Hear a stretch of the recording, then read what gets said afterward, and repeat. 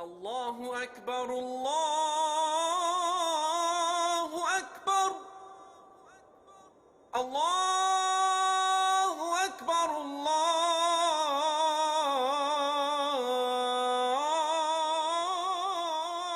Akbar.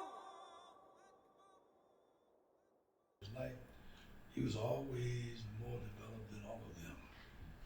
As a person, as a human being, insightful and understanding, temperament and mannerisms, he was a master. The only one I would say was maybe having an edge over him was my mother. In regards to self-control, management of self, analytical outlooks. She was really very unique lady. But anyway, that didn't so much help me. I mean, it helped me to the point that my parents, what I'm saying, it still leads you to do the work that you can do. So whatever you are can become to the degree and a lot of myths the reality. So growing up in Philadelphia was no different for me than anyone else growing up in Philadelphia. I knew exactly nothing about humanity in the general sense, meaning when I say the general sense, I mean in the sense of what was affecting and generating and forging the humanity in the society I was in. I was not privy to understand it, knowing, or even having inclinations to even look at it like that. And I don't think anyone else probably had much more than that going for them. And I suspect that even the ones that have been highly reported and have been highly involved in those time periods doing whatever they could do, such as what we can read and study and find in the life of people like Richard Allen, Alan Jones, and all those little efforts there. And even the doctors that put the first hospital down there. I think they were great people with energies that they wanted to extend into the world. And those things was not based on any particular driving force that they knew of. So I don't suspect I had any driving force either, no more than them. So they were great people. Now, being exposed like that and being in the streets of Philadelphia like everyone else, you are looking and wondering and trying to absorb what the environment is because you're growing in it. So it's a natural wanting or design or curiosity, we say. So I always had a thought as to what is this or what is my surroundings? And I came to know a few things about the city itself. Of course, Philadelphia is a city that by all means can be described as the foundation or the beginning of America. And in order to put some clarity on that, I tried to do a little research here and there, try to find out where we were. And was that research reading primarily, or was that interviewing people? Or? No, I mean, it was just personal thinking. Okay. No particular, purpose for doing it. It's just an interest that I have to take on to this. Like Ben Franklin, Thomas Jefferson, Alexander Hamilton, James Madison, John Jay, all these personalities is identified in the city to those who really look into what the city is. Because you can't really measure what's going on even now without realizing and understanding what was gendered here. How was things looked at and in what way were they, if they were related or related to the present, how were they looked at and how we identified that they're related. You know, the emotional part of it is easy, but the insightful human side is much more challenging. See? Now they have right in the city right now, maybe some people may find this interesting, a society called the American Philosophical Society, right in the South, that was started by Ben Franklin in 1743. And was attended by all of those that signed the Declaration of Independence, ultimately was supporters of the Constitution, President's Papers, all that stuff.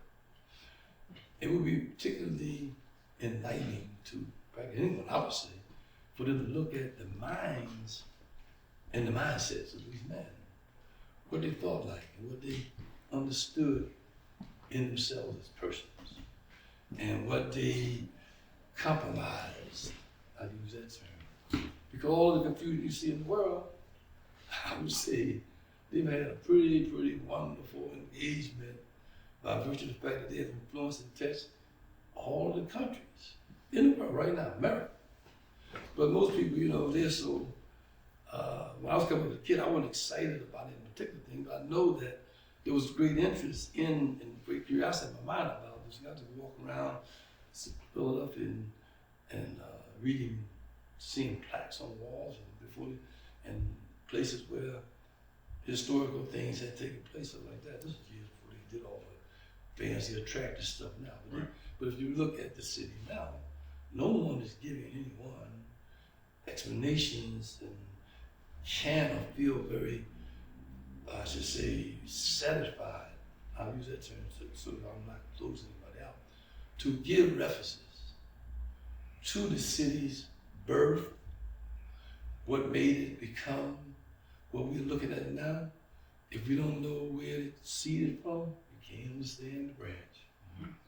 So that's what that's me saying that. I mean, maybe some people far wiser than me and they may understand it differently, but as a kid I saw that. So I saw the same thing we see now.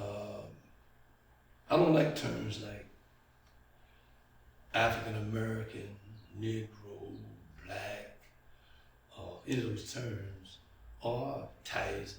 I don't like those terms because were you always like that, or? Well, I was always curious. I didn't. I mean, much of what we all know or make me feel uncomfortable to report now could be as recent as this morning. You know what I mean? As far as that goes, you know what I mean?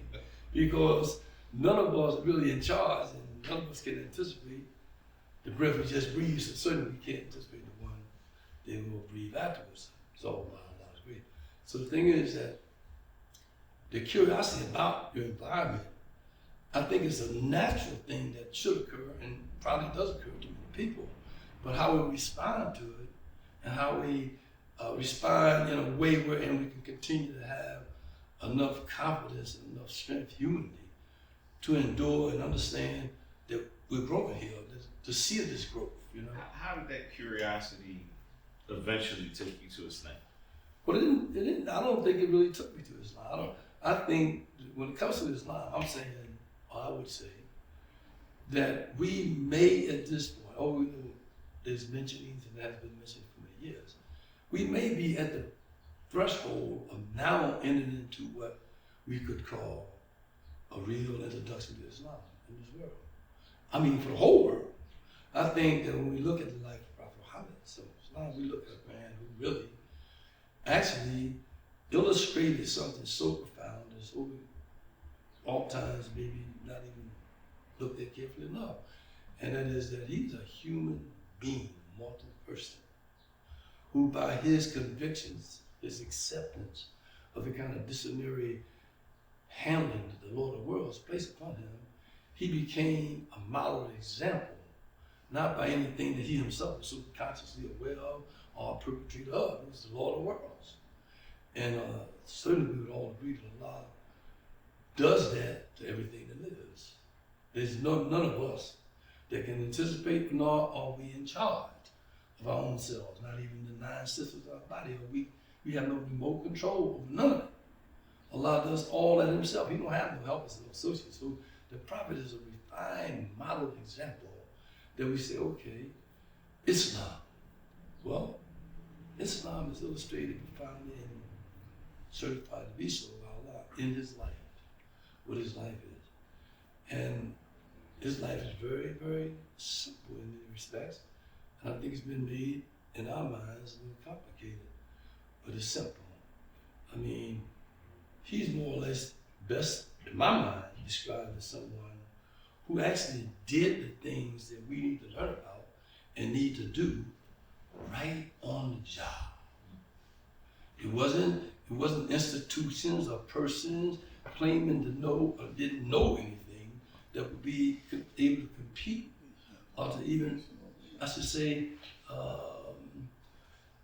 debate any aspect of what was taking place in his life. Because on the job, right on the job, that was his job, Allah brought this about before. So all times I think we may go at him as if it's, well, for lack of another term, as if it may be just easy, and it is easy, but easy to just go through it and adopt or just as we find ourselves comfortably doing. A superficial reading. Right, but his adoptions of what Allah commanded him to do was not, yes, he's like, the fortitude of this man had to be tremendous by Allah's grace, because he had to take and accept things that he had never been told or called to do, and accept them with a full commitment, and no argument going on in his being. Now that is something to think about, because I don't perceive that I'm able to do anything near that. I don't perceive anybody else either, because my little toil and my own growth makes me believe that no one can easily do that, and it wouldn't be right that they would be easily do that, because if they could right or just easily do it, then I don't think we'd have the mercy of Allah to save us. I don't think so. Let me let's take a backtrack to, you said you went to Fletcher for. Well, Fletcher was an art school, Uh-huh. and just for watercolor, sugar art, and oil paint. I used to paint stuff like that. I don't do that now. Okay. All right. So before we got on air, we were talking about Murder school. No. We were talking about Imam Muhammad from the Cuba school. It's now the Cuba School, International Muslim Brotherhood. And you said you remember them from 1958, 1959. So at this point, were you already in the Nation of Islam at this point? No. Well, there's no part of anything. Okay, talk to me. What was going on in Philly at that time? So Well, Philly was just like it is now, basically. Probably wasn't as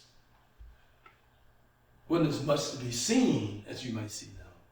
But I'm sure that the city itself was basically what it is now. It still had the same controls, the same activities and so forth like that. That controlled it. It was very vibrant in the town. For the most part, probably most people never noticed it. See, because remember now, if you talk about people coming into a consciousness, and we really talk about people coming into consciousness, the measure of consciousness that existed during that time, or early years or some years back, last year, 10 years ago, whatever, you would say that consciousness maybe had become more vibrant today than it was then, you see. And the same thing we would say if we looked at the life of the prophet. We're the same. So now, if our consciousness is helped and is really given aid, assistance by the example of the prophet, the offering of our development and our consciousness of human life, being conscious of our own individual self, and as it relates to other things in the creation, that should be enhanced. But the world was not doing as it's been ordered to do and is exemplified in the life of the prophet Muhammad. So it's not doing that. He is told to convey something. And to convey it, he had to do what? He had to accept it in total sense. And of course, Allah subhanahu says that he did it, and so we know that. So conveying it, he did do. Whether we cipher off from it anything or we are enlightened by any aspect of it, doesn't take away from the fact that he did convey it. But if we see that he's the conveyor of the one who Allah chose to convey this message, that means we are to be those, if we follow him, to have an attitude that is of conveyance. We want to convey this message, not my message, not somebody else's message, not what somebody has garnished up and institutionalized, but this sample, what Allah says is authentic.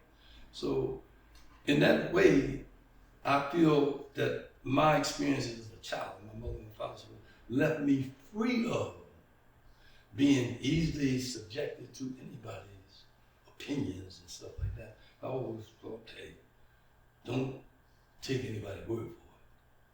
Find out as much as you can yourself. And I think that every human being has that option.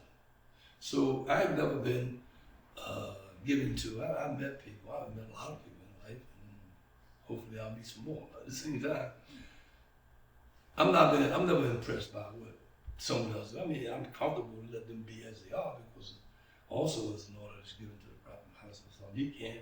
You convey this to them, look, you ain't in charge. You can't make, it's no compulsion. And you don't have the right, you can feel personally offended or feel indifferent about it. Whatever. If they accept you, if they don't worry about that. That's what Allah is telling him. That's my understanding of what I'm saying tonight. So I'm saying that I thank Allah that during the course I reflect on life, look, struggling and just the sense of not knowing to a point of becoming assembly aware of things. I feel the security that I think Allah puts on every human being. I am not persuaded, and I've never been influenced by any individuals that I would choose their way. Not even with my parents, things like that. And they didn't require that. They didn't require that. Were your parents still alive when you decided to be a Muslim? Well, I was a Muslim for years before they died. Okay. Talk to me about it. What was that? What was that like? Was it when you became a Muslim in this city? Was that something popular? Was it something rejected? I think that, as I said before, I have to always tend to keep that clear in my mind. I think that Islam came to Philadelphia like it came to America. It was not here, and how it came is probably one of the story to be told by many different entries. But Islam came to America. It came to Philadelphia. And so sometimes people ask me, well, if someone did ask me, back not too long ago, in regards to Philadelphia, I was outside of Philadelphia city, so I'm not saying to put any kind of sneer toward the city, but they would prompt me and say, oh man, what's going on in Philadelphia, man, blah, blah. So one of the brothers that was there said, this is Shamsuddin, he's from Philadelphia. So they turned directly to me. What's going on in Philadelphia, man? All this is going on. I said, I'm listening. So I said, and they were gunned, powered up by the nonsense that's going on over the whole country, but in Philadelphia, seeming at this point is holding, was peaking, any kind of the craziness of the city's life. So I said, well, let's think about it like this. I said, Islam came to America, it came to Philadelphia as well. Because the statement there said is, how is this happening when there's so many Muslims there? I said, well, Islam came to America, came to Philadelphia. But how many Muslims in Philadelphia? Only Allah knows that. Now I was just saving myself from further questions maybe, but that was my answer. But see, the point is that I think that the world we lived in, the world we experienced, the same world when I was coming up as a youngster, it was geared to take us somewhere, not that they knew they were taking us. I don't think the world knew it was going. If anyone who would go away from the common sense evidence that Allah has put in this universe and go somewhere else, they don't know where they're going. Right, so I'm gonna press you a little bit because this is important to me. And I do know that you said something quite profound, and that is sometimes we can't come to a realization this morning. And so that's what I'm gonna talk about, because that's what I believe now. Yes. And I can't, obviously, if I'm talking about who I was 20 years ago or 30 years ago, it's not based on the understanding that I got this morning. So I was a different person at that time. Mm-hmm. For example, when I came to Islam in 1993, the way that I talked to my mother about it then is not the way that I would talk to my mother about it today. And that's who I was then, and this is who I am now. Same thing with my father. But so when you came to Islam, and that was something that you talked to your parents about, it's not going to be based on your understanding of who you are today.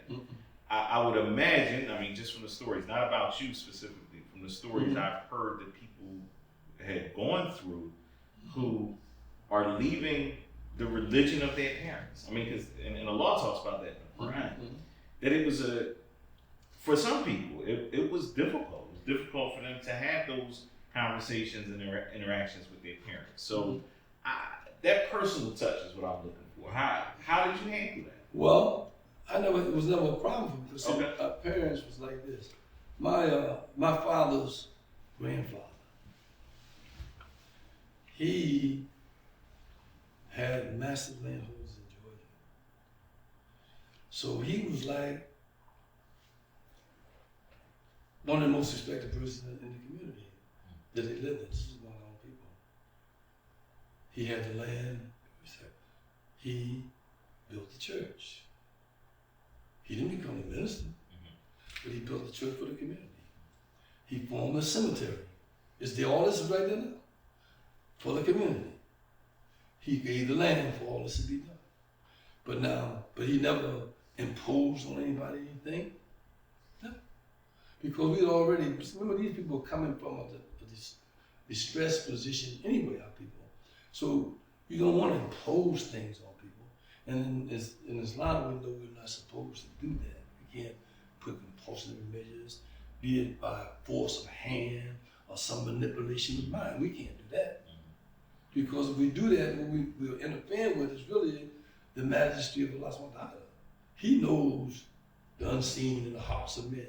If we try to force it, but this world has had a way and had an opportunity because Shaitan was given respite, and they have followed their course. So they have forced things on people and made them think things that they may not even realize they're thinking, you see? Well, I'm saying my experiences was different to me, and I didn't know that. I probably know more about it right now than I thought about 2 weeks ago. What I'm saying, the point is that my parents never made me or even my sisters, any of us, think that we had to adhere to anything other than being truthful and being right and being fair and being just. And don't seek advantage. Don't hold petty grudges and jealousies, and be yourself. You know, that kind of stuff. Not even being, when someone acted out of order and disrespectful, if they didn't physically attack you, don't get so excited and riled up that you join in the same thing that they're saying. Don't do that. You only do things as appropriate. Now, I don't know where they drew those conclusions from, but those conclusions that they had that was in the household was very much helpful to me, because I didn't want, whatever I chose to do was not going to be a thing about them feeling like, oh, and I thanks to Allah, I wasn't choosing a wild thing. But anyway, if I'd have chosen wild, I guess they'd have a different look. But they knew that, well, look, he's grown up, this is, you know, he let you grow. So when I first heard mentionings of Islam, and it had been floating around for a while because some of the very close friends of mine would live in the same neighborhood, we talked to each other all the time, and even heard samples of things that I had never heard, and they didn't tell me. They ain't never said to me about nothing. So years went by before I even heard that. They even heard it before. They said to me, oh, I heard it before. Oh, I never heard that.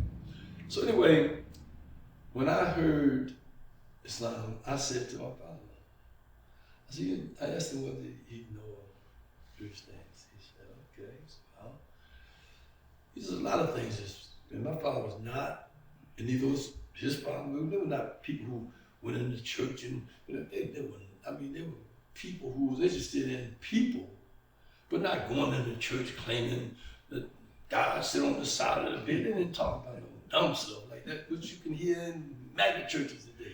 People talking dumb like that. But the thing is, that just wasn't their way. So I never had none of that to be confronted with. So when I talked to my father about Islam, matter of fact, I took him with me when I first heard about the Nation of Islam. And I went to one of their meetings, and he wasn't with me. And after I got on the meeting, I told him, I said, look here, I want you to go somewhere with me. So I took my father and one of my sisters to the meeting. I didn't say that, I didn't tell him what I had resolved. And he said, he listened, and they listened. So on the way back from there, I said to my father, I said, Dad, what do you think? He said, what do you mean? I said, what do you think about what's being said? And of course, at that time, things were being fashioned to try to take in, at least I guess they put a Band-Aid on a woman's borders or whatever, but trying to point out how the injury of the people was highlighted. It was necessary, I think. I think it was necessary that form came into the environment. But I didn't know, put a little about it aside. The father said to me, he says, son, listen to me. He said, you're coming in contact with a lot of things in the world. He said, all of them be pretty the same. He said, listen, you asked me about that? He said, you got a lot of good points. But remember this, there's a lot of room for error. That's what he said, that's exactly what he said to me. You got a lot of good points. Remember this, there's a lot of room for error. Tell me about, so this is not something I'm familiar with, and I'm sure many people of my generation who just didn't live through that, they wouldn't understand. What were these meetings? So are we talking about you're going to a temple, or are they meeting at somebody's house? When I went there, it was a temple. It was supposed to be a temple. It was a building, they had some. South Philly or somewhere? No. The one I went to was West Philadelphia. Okay. I don't even know the building, probably not. It was 5207 Haverford Avenue. Really? 5207 Haverford Avenue. Okay. Okay. And my grandfather, my great grandfather owned the house at 54th and Haverford. Oh yeah. Since the early 1900s, probably. So, so that's the neighborhood. Yeah. So I know the neighborhood very well.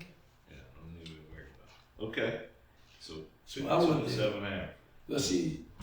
Strangely enough, and this is me summarizing, reflecting upon experience. I'll say immediately, all of history as we've known in the world, when we come to Islam, as Allah revealed to the Prophet Muhammad, all of the history of the world, Christians, Muslims, and Jews, all of them, the history is going to become irrelevant. The past history is going to be totally irrelevant, and should be, because there's just that much confusion in that developed stage, that period of time where Shaitan was orchestrating his influence and whispers among the people, that Islam would have to make all that irrelevant to where Allah has made his promise.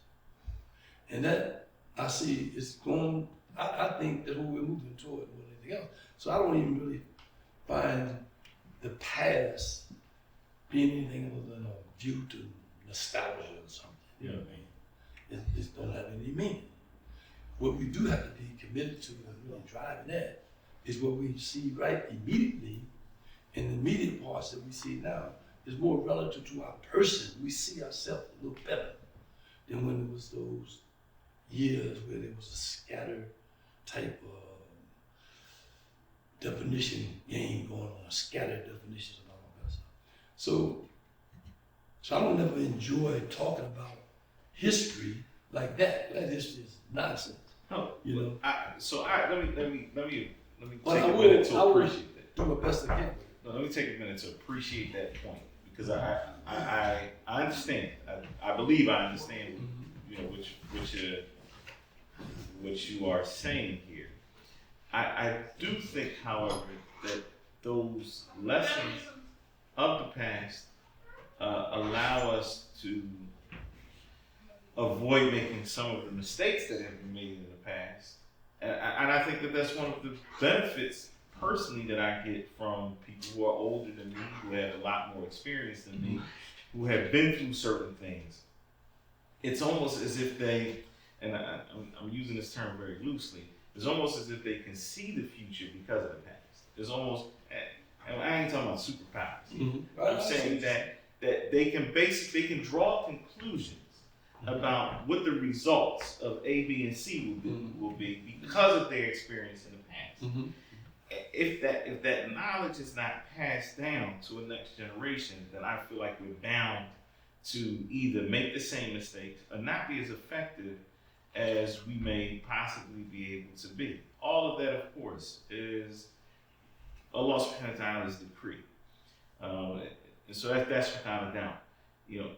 At the same time, I do think there's benefit in history especially for the people who are doing the work and the people who did the work. And that's the way that I view you. I mean, I know that leading a community is work, because it's not just about you and your family anymore. You've got so many other things and people and situations that you have to be concerned about. So, I appreciate that history is not something that you particularly want to deal with, and so I'm saying I appreciate you taking the time to still give us some of this history. Yeah, but I do want to deal with it. Okay. And as effective as it permits me, I want to do it. I agree with what you're saying in the way you describe that. Okay. But then I move myself clearly to the point that, well, why this history when we have the Quran, and in the Quran, Allah has given us all the findings here to let us know to what degree history is even important. So that means that I don't just move here and these jump. You know what I mean? Yes. That's my, the way I observe it in the spirit of my thought. But now I understand what you're saying though about references to, and I make as many references as anyone else in my thought process as to what is going on, what I witness. And by Allah's grace, my memory is pretty good. So I do it all the time. It's a constant thing. I think that any human being should do that. But I don't necessarily bring that in front of anything if I can see that it's not necessary. Now, this is a factor of something that we clarified. Now, as you may remember, I just spoke about the American Philosophical Society. Yeah. And if we start talking about the history of America, I know a little bit about the history of America. I know a little bit about the history of the world. I mean, because I've had the opportunity to place my interest in those things at earlier times. And by the grace of Allah subhanahu wa ta'ala, it never left my mind. So I know about things. I know if you ask me what was the disposition and mannerism and behavior with Thomas Jefferson versing Alexander Hamilton or James Madison and John Jay, and how the Supreme Court became the Supreme Court, and who first and what happened, all that kind of stuff. I know all about that too. That's history. But I think it's junk. You know why I think it's junk?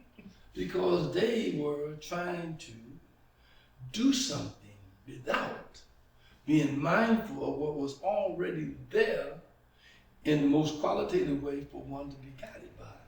The Quran was in the world. See, so now, even when it comes out, the Muslims who were there were conveyors of the same. And the Prophet Muhammad certainly did not fail in his obeisance to Allah subhanahu wa ta'ala. And we have to convey that too in evidence in our own character and manner. So the world, all people, should be looking at history in a very particular way. Understand? That's why I say we need to move the jump and get right to what Allah's asking. Because if Allah, who's the one who decides, he can decide anytime he please. If he decides today, how many of us would have anything to stand on? He tells us to be aware of that. You know what I mean? So I'm saying, look. So yeah, the history of I've seen some exciting pages in history. They make movies about things. Some of the movies are not as exciting as what I've seen. But at the same time, I said, man, that's really the junk part of human society. But particularly referring to and reflecting upon history, I think it is important, and this is the city where the country was born in. And I think we can look at some little small things, maybe will help some of the people recognize where they're erring and where they're making mistakes with themselves by just looking at those histories. Remember at one time, this city here, this city was, or this state for that matter, was owned by William Penn. The British did not have jurisdiction here. So that accounts for the reason why they could assemble here, sit down and discuss various things that they thought should be changed or things that they could have fixed before themselves and in their hands to oppose King George III. If you look at it and study it carefully, you may decide that maybe it was not a revolution. Because a revolution was clearly and does suggest that the mind is for the upliftment of mankind that you have revolutions. So this here may not have been a revolution, it may have been not just a high level coup. One trying to make transition and possess the power of the one that they feel is opposed or that they are opposed and they feel is suppressed by. And remember, wars are for those reasons. They fight wars to take over this country so they can add that to their empire thinking and all that kind of stuff. And in that whole way of doing this, they're interfering with the natural course of human sanity and security. They don't see that. These are the things that can be seen and understood if the histories are studied properly. But see, as long as we are looking at it and trying to make this one to blame, maybe this is to blame, or he's to blame, this one's the worst, we'll stay in that valley of darkness. The whole thing is all of us are just one human life. We're not a variety of any species, we are one human life. And these type of discussions was held by these men who sit and talk. They had to take a careful view of how, well, we're not talking about species of various natures the same as we're talking about flowers and animals or whatever. We're talking about human life is just one life itself. There's a lot of reading. Now, Franklin knew that and said it. Alexander Hamilton, he knew that, he said it. There's absolute words of them saying that. I mean, Franklin, if you read some of Franklin's words, you say he cited the Shahada and knew that he was citing it the way he worded while he was saying it. And I'm sure that there were many people who knew Islam, knew of Islam, knew of the Quran, more specifically, long before we were born. So the thing is, I don't think that when Allah revealed that Quran, I don't think nobody on this earth could find themselves not being drawn and touched by it, even if they had no idea it exists, because the book itself is directed by Allah's words to the very nature of the creature He created and the governance of their nature and what's best serving for its governance. It's in the Quran. So I don't think nobody was immune to it. I don't think nobody is. So looking at history and looking at it like that, you say, okay, what would be the course of action of those who are trying to defend an error that they made? Human nature tells us that once we suffer embarrassment or shame, and so is it illustrated steps it takes us to understand this in the life of our father Adam, salam, it's right there. Once that happens, we do what? We try to deal with ourselves having arrived at that particular junction, and that particular junction in the areas of our father Adam salam is that he disobeyed or disregarded what Allah has said. So when we make a mistake, there's embarrassment and shame. If we don't address that embarrassment and shame with a replenishment of truth and clarity, then it goes into a merger. Now, if embarrassment and shame goes into a merger, it's going to produce anger. The anger should go to the person who's disappointed himself. He should be looking at it from that position. But if he doesn't, then he points it out to somebody else. It's your fault. Or it's these people's fault. And so you see how the vision is not a hidden thing. It happens just like that. So here is his fault, not mine. I'm covering me, pointing at you, and saying at the same time, not realizing what Shaitan wants me to do. I'm saying we're different. I'm saying I'm different than you. Shaitan only wants that. He wants us to think of ourselves in that way, because if we think like that, he can roll. He can't roll otherwise. So with that in mind, with that in mind, I look at histories, all the history, and I say, oh, okay, I'm looking at the conduct of the various ones. Now, I don't know anybody that I didn't, when I had the opportunity, Allah let me have a thought in that way. I look at their conduct. I don't know any persons that have done it. I look at their conduct, their matter, behavior, attitude, how they perceive or claim that they perceive things, how they respond to things. I've always been like that. Because my mother was like that. She was like that in the most amazing sense. I've never seen anybody calmer than my mother about handling whatever problem came. She was just that way. And I said, man, it was always impressive. I didn't know what it meant as a child growing up. When I'd be sitting at the table, she'd be making pies and stuff. She'd be talking about different things and telling me things, you know. And I remember one thing she told me. She said, I was about 9, 11, something like that. I was always telling my mother what I was going to do for her, to be a man and all that. So I've grown up, I'm going to do this. This child talk. Most of it was really due to me wanting to see if I could get that bowl with the batter and the stand for the Moran pie or something like that. because it's sitting there while she's doing it, the bowl gonna get, and then they can get. I mean, I'm just being realistic. I remember that, but and I never told her that. But I'm sure she knew that too. But she told me, she said, "Son, learn how to think quietly. You'll be able to act more effectively." That never left my mind. Think quietly. It means use your head, man. You can complete many things in your own mind that when you really take to do, you already know the answers. That to me, presently and in recent years later, was quite descriptive to me when I looked at Adam in the garden. Those kind of things. And if nobody discussed those kind of, I couldn't discuss like we're doing right now. Because people are so entangled in stuff, you're gonna get classified. If you start saying things that they don't readily have no feel or understanding of, you're gonna get classified. And in this country here, you're gonna get exposed. And I know that in my lifetime, there was instances and times and standing to be thinking a certain way and showing, and you're doing it in the natural sense because Allah is God. You don't even know that you causing no turbulence anywhere. But people can be saying, man, you're this joker here, man. And many of our people obviously suffer that. This joke here, man, he's a threat, or he is, if he shares that or whatever, it can cause this. And they have reason to believe that it will be disturbing and injurious to them. And they dealt with them like that. So we want to look at the heinous way and brutalness that we suffer as people. We realize that, yeah, that was those people who did that to us, were just human beings just like us, but driven by ignorance and ambition of something that they themselves understand thinking could be possible without registering clearly the reality of the one that's guardian Lord, the sun, moon, and stars, everything is right here. This is how this comes about. So we got worlds now that came into being because of that type of thinking.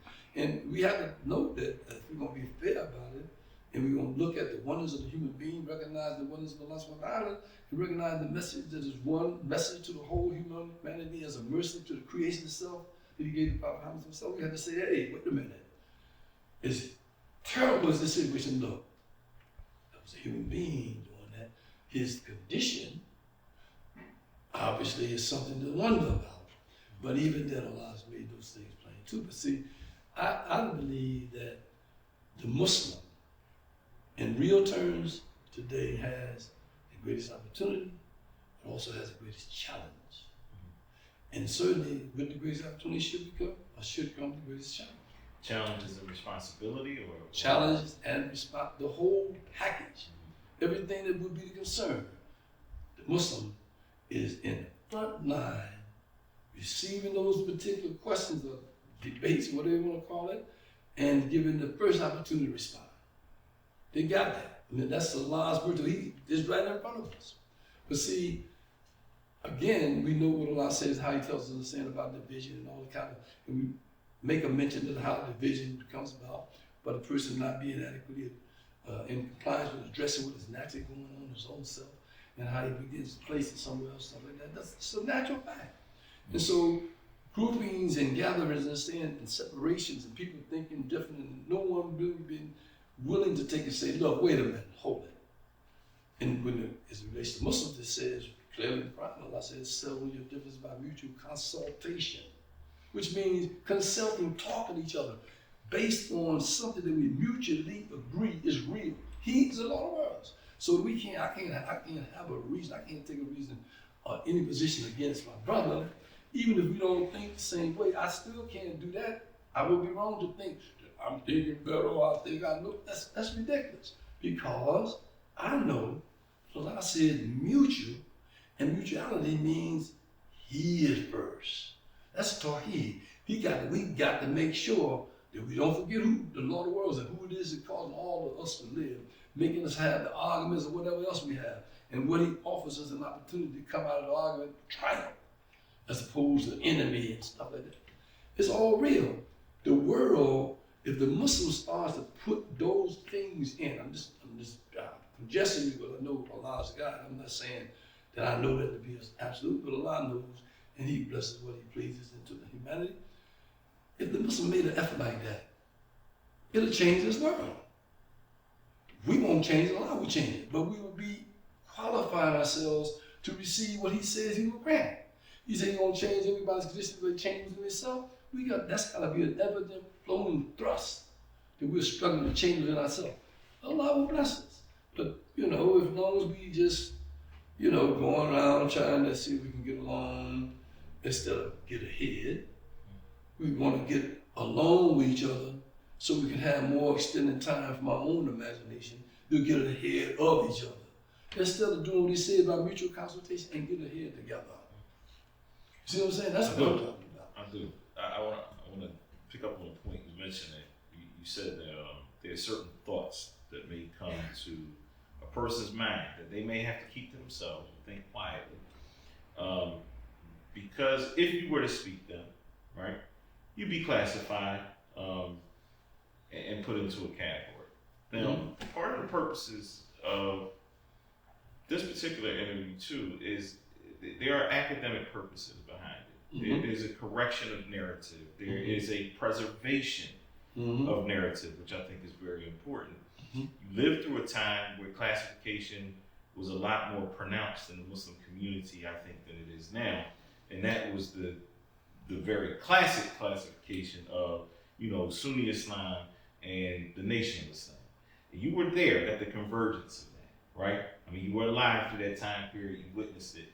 I think that it's important for people who lived at that time, especially in this city, to talk somewhat about that. And I'll give you some points of references that I think are critical. I know you're keenly aware of the Homesburg Riots and what happened there. And based on the story that's told, that wasn't necessarily a Sunni Nation of Islam fight that caused the bigger riots, but that's part of the story. There is the 1975 or 1976 mass conversion of Nation of Islam coming over to Sunni Islam, and taking Imam Waziruddin Muhammad rahimahullah as a leader at that particular stage. I believe, and Allah knows best, that your path was a little different. It wasn't, and it's interesting to hear you talk about how your parents raised you, that you weren't just going to be a follower of anybody just like that, blind allegiance. So perhaps that was different from some of the other people who did have more of a blind allegiance. I really think it's important to talk about that. Well, it is, because to think quietly is to be as adherent to truth and reality as you possibly can. Because if you have thoughts in your head that's raggedy and junk, it manifests in your actions. So to think quietly gives you the opportunity to act more effectively. Now me, I never subscribe to no one, I'm sure anybody that knows me, they will never hear me advocating, reporting, or saying, they never heard me saying, I'm Sunni, I'm Shia, I'm Wahhabi. They never heard me say that. I'm Muslim. Because in the Quran is what it says. So I don't put nothing in front of what Allah says. That's just my thinking. Now, I've been thinking that way for I don't know how long. I've been thinking that way about it and everything, but the things I never said it. It was a time to say that might have been a real conflict or whatever with many people. We see that every day. We learn these things, all the time. And still, you must reconcile them in a way where it keeps you able to go forward for the sake of Allah. The Homesburg Riots, I was not there when the Homesburg Riots took place. I don't know any real particulars about the riot. I went to Homesburg after that. I was arrested. I went to Homesburg. All that arrest was well, that's all part of the work of those who I couldn't say in detail like I can now. Obviously, it was to oppose something that they envisioned or thought they saw. It was opposition to that, because I wasn't guilty of their crimes. If my parents did belabor themselves to taking education to the best of their ability and kept us apart in ways that I didn't know why. I had no idea when I was growing up as a child, but My mind didn't go towards stupidities like that. I mean, stupid stuff. How do you do something stupid? Obviously, you don't see that it's stupid. That's how you do a stupid thing. You don't say it's stupid. If you have any feel for something stupid, you're going to be somewhat sensitive. Yes, draw back from it. If you're not, if you're unaware, nothing has prompted you to have a curiosity or sensitivity about it, you can fall very much in the victim of it. Go back to our father Adam. He heard the words of Allah, but he had not experienced any actions or any thoughts that brought him into motion with that command. That was a mistake. So we're not blaming him, we're saying how mistakes happen, how the human being makes these mistakes. Allah don't leave anything in no puzzle position, it's all very clear, you see? So what I'm saying is, the incidentals where Muslims are, I tell you I don't like the terms African American, where people were clashing and having arguments. For whatever reason, I always saw those arguments as being fruitless. Nobody needs to argue like that. That's why I like the brothers who was in, when I was in the Nation of Islam, the brothers that were in the Nation of Islam, many of them, most of them know me. They know me from that time period. They don't know me to ever be a person who disregarded another person. I brought a position, hey, look, I'm not influenced by what you're doing. I think I see something different, but I'm not at difference with you. And I always seen them as being my brothers. Reasons for that even strongly supported and giving respect to the fact of what Elijah Muhammad used to say. He used to say, you must remember this, your brothers first. He's talking about the people, his people. You don't have to be brother first. He told the ones that was minister, you're a brother minister. Don't go to your brother forgetting because you say you're the minister, you say you're the captain, you say you're the lieutenant. Don't talk to him like that. You're his brother first. Align all that authoritarianism and foolishness with something that's going to save you from disgracing yourself. You know what I'm saying? So that's the kind of language he taught. But people they don't know this. They don't even know that man. They don't know about him. But he was a guy who was just trying to do what he could in the best ways he could. Now, I can say much of what he said in many respects could be really aiding to the people right now. One of the things he said was this.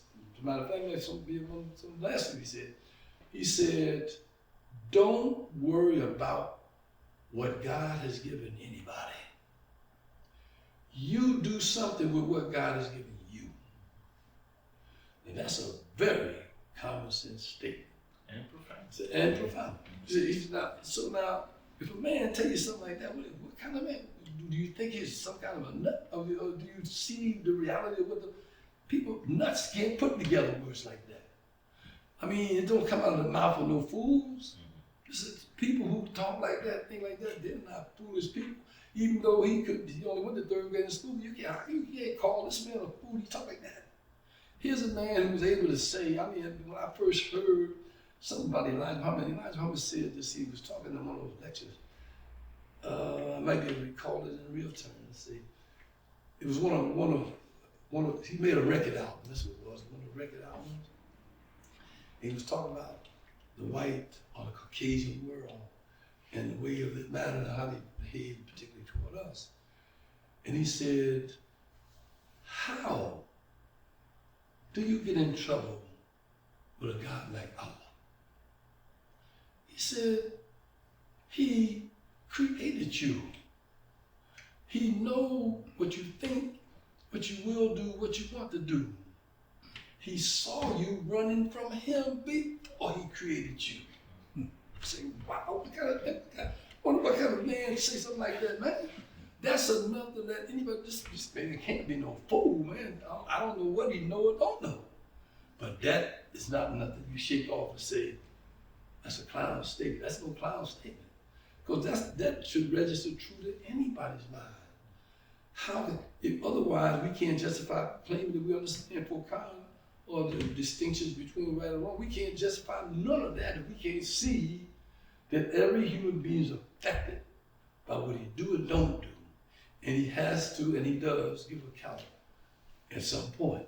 he better hopefully he can find himself giving account with himself, and therefore enacting in the way of taking what Allah has given to try to heal, than to wait till the day, when he's there, now got to give account, and faintly remembering and being brought into remembrance, understanding faint weakness, whatever. It's just crazy, that's what it is. So my whole thing was, as I was, and I didn't particularly have this discussion with members of the Nation of Islam in all details, but the same manner of approach was all. I think I always had a good relationship with everybody, whether the Nation of Islam or whatever. I had a good relationship with because I'm always wanting to be as exact and as correct as possible about what I'm talking about, and definitely be fair. Be just about it. I was not a guy that was a weak guy. I mean, by that, people didn't just walk over me. So I was taught not. I mean, long they didn't attack me physically, they wouldn't want to know how strong I was anyway. But and pray to Allah, they didn't get attacked physically. You know what I mean? So he saved me from a lot of ruin. But the thing is, we look at these things. We have to bring it down to terms, small terms, and say, hey man, this ain't about nothing imaginary. This is real. And that little child is grown up. As Elijah Muhammad used to say that. He said, that little child, don't talk to him in no baby talk. The brain that he has now, he'll have the same brain when he gets to be 100 years old if he lives. So talk to him with words, with things that he can use in the course of life, and not no Google baby talk nonsense. From the cradle talk to him like that. But it makes all the sense in the world. I mean, who can condemn that kind of language? But of course, there was things, he didn't know the Quran, he told everybody, but he read it. He read it all the time, but he didn't know it, he didn't know the Arabic and all of that. But then all the things we know about language and everything else is telling to us today different things that we can understand that we didn't understand then. How many people would know that the first translation of the Quran into English by a Muslim was Yusuf Ali? Yusuf Ali was the person who did that. Before that, no Muslim had ever transferred the Quran to English. So, you learn all that. That means something. So when you start research, you look past it and look into that. That's why I come to the conclusion. All those histories like that, we can just hold that for later. We'll do that. Let's make that a dessert. Let's get to the full meal. And let that be dessert. We may not even want no dessert. After that, we leave the dessert on the table. But that's my way of looking at things. And that's why I look at, I meet a lot of people. I know a lot of people. I know a lot of people that's in many, many different levels of the societies, whatever, you understand, when you talk about economics, business, whatever. And I got a lot of friends. But you know what? I talk to them just like that. I mean, I know a lot of people, Caucasian people, as we would call them. I don't like to use names like that. I talk to them the same way I'm telling you about this. That's how I talk to them. And I haven't seen any of them not become my friend. And I've been on the Caribbean with people in yachts and stuff, understand, in the middle of the Caribbean, and talking to them the same way I'm talking now. And they were delighted to hear some clarity to what is in their mind. And that ain't because of me, it's because I got enough faith in Allah that I'm not afraid of what nobody else thinks. I don't care what they think. If they humiliate me with their incels, they did that to Prophet Muhammad. They humiliated him with all their incels. Allah told him, don't worry about that. No, don't worry, don't get it. No, it ain't personal. It ain't personal. As his messenger, he couldn't take it personal, and he didn't. That's a beautiful thing. But we look at Brother Imam, you look at the fact that people are so engaged with ignorance in this world. They don't even remember that we came here in chains. We were people who were brought here in chains. Before the world, we were brought here in chains. For us to think that nobody in the world knew we were brought here in chains is ridiculous. For us to think that there was somebody in some dark corner that didn't know it is ridiculous. They brought us in chains. That means people came to this country escaping the pirates and the kings and all the brutal treatment they were undergoing in various countries. We celebrated. I've been on ships, understand, in this town, understand, where they had memorial references to people who came here from other countries. I've been on those ships, understand, to the little hors d'oeuvre parties and stuff. I mean, I've shared that with them, and I say, look, I'm looking at it. I say, this is good, and I didn't say you came in like that. And I'm just thinking and remembering what I know how my people came here, and I'm feeling bad. No, they was escaping, getting away from something terrible. That's the way they came. That ain't the way we came. So common sense should tell us that if we came in chains, the first thing that should come to normal mind is, it may be that we didn't want to come. And if we didn't want to come, it may be we were satisfied where we was at. And if we were satisfied where we was at, it may be our traditions, our language, our religion, and our neighborhood life, community life was fulfilling. Because we can't find a trace of where we were in nobody's book. Nobody wrote that. Muslim, Christians, or Jews. Nobody has written anything that tells us of this tragedy, but our own minds can tell us they didn't bring old people who had needed heart transplants or rheumatism. They brought children. So looking at that, I did research on that. And I found that they brought us here as young as 3 months old. They raised us up. That's true. They wanted people who could work for 50 years without getting sick. And now today, big argument. We ain't giving no health care. And see, ingratitude. Got all the money in the world, do that. And we are so dumb. We just want, well, look, just give me a little piece. If I want me to say, they said, our condition is such. And we're just begging these people. Look, after all we've undergone, our parents undergone, all we can't find a graveyard in America for the unknown slave right now in America who's here. We're buried in the soil.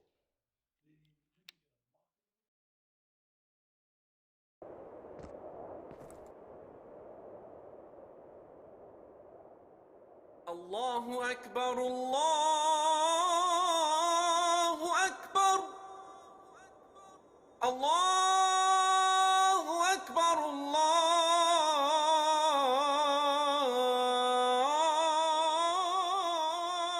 Akbar.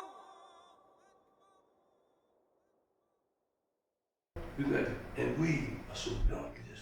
Well, look, just give me a little piece. If I want me to say, they said, our condition is such. And we're just begging these people. Look, after all we've undergone, our parents undergone, all we can't find a graveyard in America for the unknown slave right now in America who's here. We're buried in the soil. We can get a marking of a grave now. So now, at the same time, we beg people, look, let me have an old house or old building, run the rats and the roaches out and let me live for you. That we used to say our attitude was. He was right. Because we're not thinking this thing out. If Allah let that happen to us, then who's our protector? Allah. Before we looked at anything else, our minds should be thinking of how we can go to Allah and ask Him for the help we need. I say this to people, and I'm not saying I'm exactly right in this particular position of thought, but our mind tells me, look, I wonder. We make our fajr, we make Zohar prayer, we make Asr, we make Maghrib and Isha. And when we make those prayers, these are the rituals and illustrations that help to prep us, to present us in a position where we can go before our Lord. We wonder, do we ever ask Him anything? We make the prayer, but do we actually ask Allah? Maybe we're not asking Allah for what we need. Because He didn't say just do the prayer, because our prayer don't mean unto Allah. You know what I mean? But He gave us the ordinances to prep us, to put us in a position for us to be able to ask Him for what we need. And He's saying all the time, ask Him. The Prophet Muhammad asked, He told us ask Him. I wonder, do we do that? Or do we just say, Assalamu alaikum, do we get up and say, I made my salat, I make all my sunnahs, this and that. Do we ask Him? I don't know. I wonder sometimes. gas. I definitely have to second that thought, and I think that oftentimes if a ritual becomes an automatic process, then we will fail to actualize why that ritual exists in the first place. That's right. Correct. And Allah says in the Quran, when he was talking to Musa about Salat, وَأَقِمْ الصَّلَاةَ لِذِكْرِي, right? Establish the Salat for my dhikr, so that you remember me. If the Salat is not even reminding us of Allah subhanahu wa ta'ala, then indeed we're the ones that are failing. But Allah knows, and He is our creator. He knows what we need ritually, and He knows what we need, otherwise. And He makes that, He puts that in our nature. He knows we need to breathe. So that's what He does. We breathe automatically, without thinking about it. SubhanAllah. There's no way to show gratitude for something that we take for granted. But I think that's a very profound point. And I mean, speaking of Salah, I don't know what time it is, but I don't have to watch it. But okay, so we're on Maghrib right now, just about. If I could, almost like 1 minute or something like that. I guess for closing remarks, and you can take as long as you want to expound on this. What do you want to see from leaders in this town here?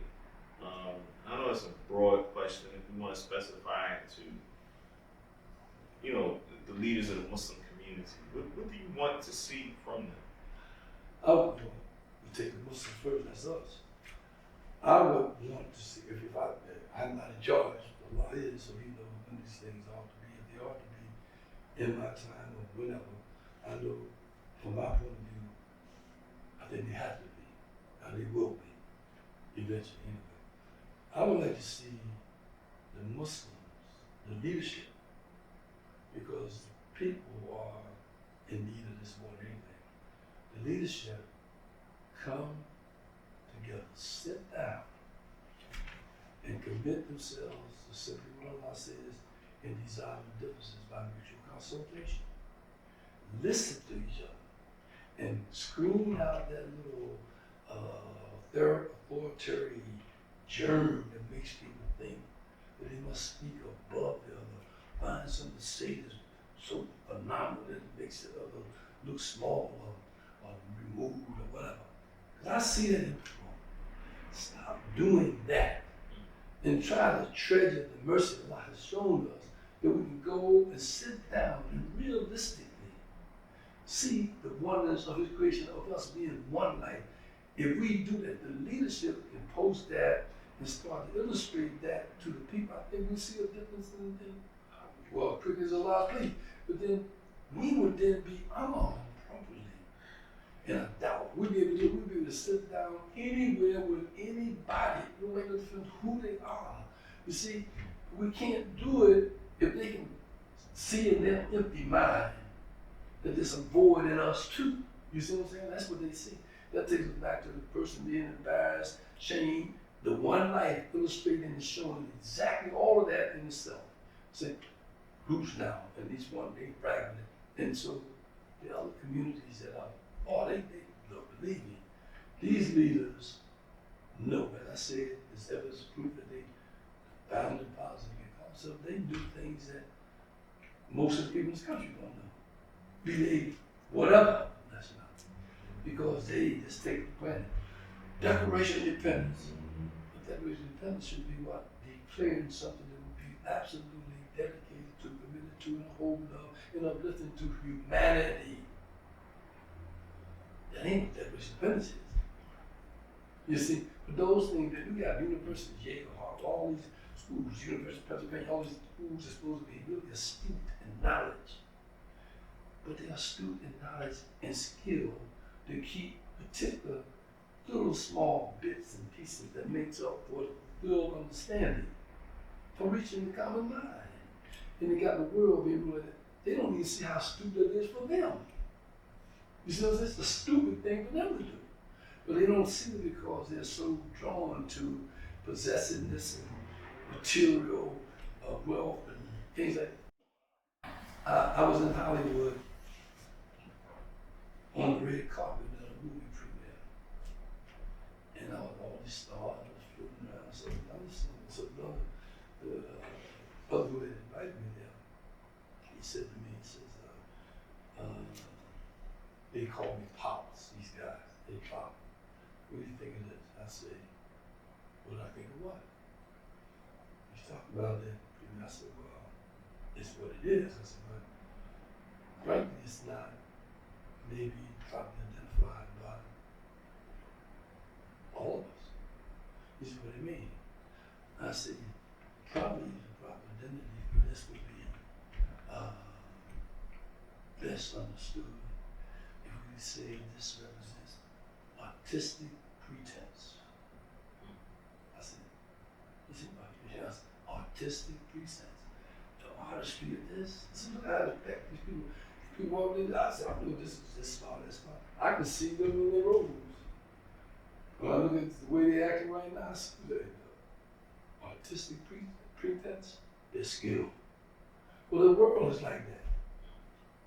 The world, all the people they got something, man.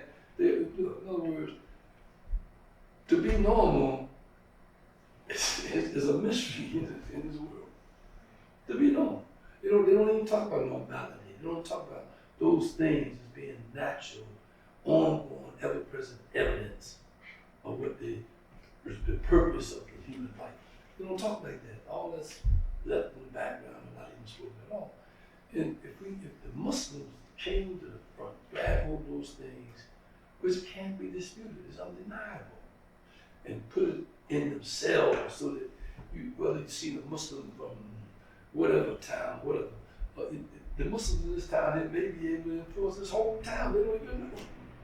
But if they can't influence the church guy who is standing up with an illusionary whatever, if they can't influence him to know their presence and recognize it and be apprehensive in his own thought not because they threaten him, not because of their presence of what they represent.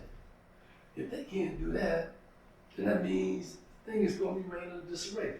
If they can do that, then these same ministers with mega churches would have to say and have to come to the mind and have to hear from Muslims and say, look, this degradation in the streets and people doing this and that, this has to be something that we all should be very seriously concerned about, because how many people in your church? 5,000 people every Sunday. Do you think that maybe some of those 5,000 have relatives of those from the stand who is inordinate in the city? Do you think that may be the case? Do you ever mention that? Did you ever pair that out for a thought? Are they not maybe aunts and maybe mothers and fathers, grandfathers? Are they not that? They don't think like that. That's a ABC thing to think. The Muslims can parlay that stuff. That's the dawah they need to do. But they first got to get themselves to a position where they stop warring with each other. Secret war, for that matter. When they come to each other's face, they ain't saying they at war. I only had one occasion where brother told me one time, it's funny, that's maybe I shouldn't say it, but I'll say it. I'll say it. Brother told me one time we had a egg. It was at the 77 before they put those, it was years ago. And it was my brothers there. Matter of fact, Luke Mine was there standing on the side of me. Matt D was there. Fareed Rasul was there. Maybe even Masa was there. So a number of us there. It was also in the group. This brother said to me, Ibu Barak, I'm Shamsuddin. Man, this is a beautiful area. We had put a year together, in fact, and everybody was there. The whole city was there. He said, this is a beautiful area, man. He said, man, this is just great. This is where he said everybody's here. He said, I've been fighting you man for 20 years. He said that. What do you think I said to him? I said, don't worry about it, brother. I didn't even know it. That's what I said to him. And if you hear this, you'll know that I told him that. I said, don't worry about that. I didn't even know it. You fight me? What are you talking about? That's stupidity. I mean, the thing that made the relationship between me and Imam Walker Mohammed was it just like, we talk like brothers. But I mean, look, I don't sit around trying to point out things that me and him discuss so as to make me look different than him. I'm kind of like, because we resolved that in our mutual consultation. Ain't nothing to highlight about those things. But he would say what I say about him. And he said that, in fact, at the full of the message. When I was in prison at the time, I got somebody take over. He said, now maybe somebody was hoping he was going to be my enemy somewhere on the road. I don't know what that. I don't like to think of it in any ruined ways because it won't help what we want to do. But what he said it was this. He said, Imam Shamsuddin, he is my friend and my brother. And that's what I said to him. He's my friend, he's my brother. We have a good relationship. He said that on more than one occasion. He said that to pretty near not all of his top ministry. But he never regarded me as anybody other than somebody they didn't really want to know. And you know what? I never rested. As I said to him, and all those the mayors of the city, they would tell that probably we have a meeting at the Winthrop Hotel at the time. It was the Winthrop Hotel. It may be the Sheridan now. Winthrop Parkway. 17th and Park. Parkway is still. No, not the Parkway. 17th and mine. That 17th Race. Okay. Big hotel. It was called the Winthrop. And we had a meeting there. And it was with Lester Shore. Lester Shore was there. I was involved in trying to start Lester Shore City. And so there was some complications that they were talking about. That's what I said about history. Because it was just nonsense. But they brought him there and he was there. And we had to have while we made it a public setting, so it can be clarified. And he asked me some weird questions about different things. And I in turn responded to him and asked questions and stuff like that. It was a public hearing. And he was talking about some of the things that's always that had been summarized, and everybody had been human being. You drop a wood on the rock, long enough, this stuff, get an invitation. So the thing is, I could see that he was concerned, I'll say concerned about the nonsense that was being gendered. And I was the object of the target of this stuff. He wasn't saying he never spoke to me like that, or any way like that. But he told me certain things that I've been said. And I said to him, I said, Brother man, everybody's sitting there all the way around. I said, I'll tell you something. So I heard those things. So I never said it. I said, but I'll say this. My father was not known to be the wisest man in the world. But I'll show you he got through to me. I said, when I heard that, I remember what my father said. He said to me, I was growing as a child, he said, any time that anyone come at you, attack you, accuse you, and they're wrong, and they have no justification for it, leave them alone. I said, you know what I did with them? I let all of them alone. They don't come to my mind. That's what I said about the country. Because, hey man, that's the only sensible thing to do. If you're gonna do something like that, how you gonna do it? Leave them alone. You can't, and I find that in the Quran, that's why I say to the Prophet Muhammad, tell them, you don't know what I'm gonna do with you, let alone them. I want to bring them playing time. Look, but if you choose something else, look. He said, just leave them to me. Leave them alone. You know, it just makes sense to me. Leave them alone. I said, look, but you can't make it different otherwise. You see? So what it is, but the imams have to come together, and they have to see the unified courage for the ummah. that make a difference. Now, the reason I cite this, you see, this is the city, I'm saying, we're gonna do what? This thing, they call this where the country was born in. This is what they're Right. they say. But this is the right place for correction to start. And the blue out and everything. If a lot wanted to happen, that's what's in there. Exactly. I think that's it's definitely easier said than done. What you described is the ego of man gets in the way of Yes, sir. progress. That's true. Because ultimately, you know, not to belabor the issue, but you know, our prophet sallallahu alaihi wasallam described how people put barriers between themselves and Allah, Exactly. and between themselves and their prayers being answered, and so on and so forth. And obviously, I mean, it's metaphysical, it's an intangible barrier, but that ego is a barrier. It's an obstacle to unity. And I do think that I think that specifically though the way you talked about it playing out. So you get this table of imams, and this one feels like that one said something interesting, so I need to say something more profound, and then you Get nowhere. and you get nowhere like that. So anyway, I appreciate the whole session. Appreciate that last advice. May Allah subhanahu wa ta'ala bless you, and I hope we get another opportunity to do something like this. Believe me, I've met you exposed in time. Exactly. And I mean, I appreciate you and your efforts. The thing is that it's not easy.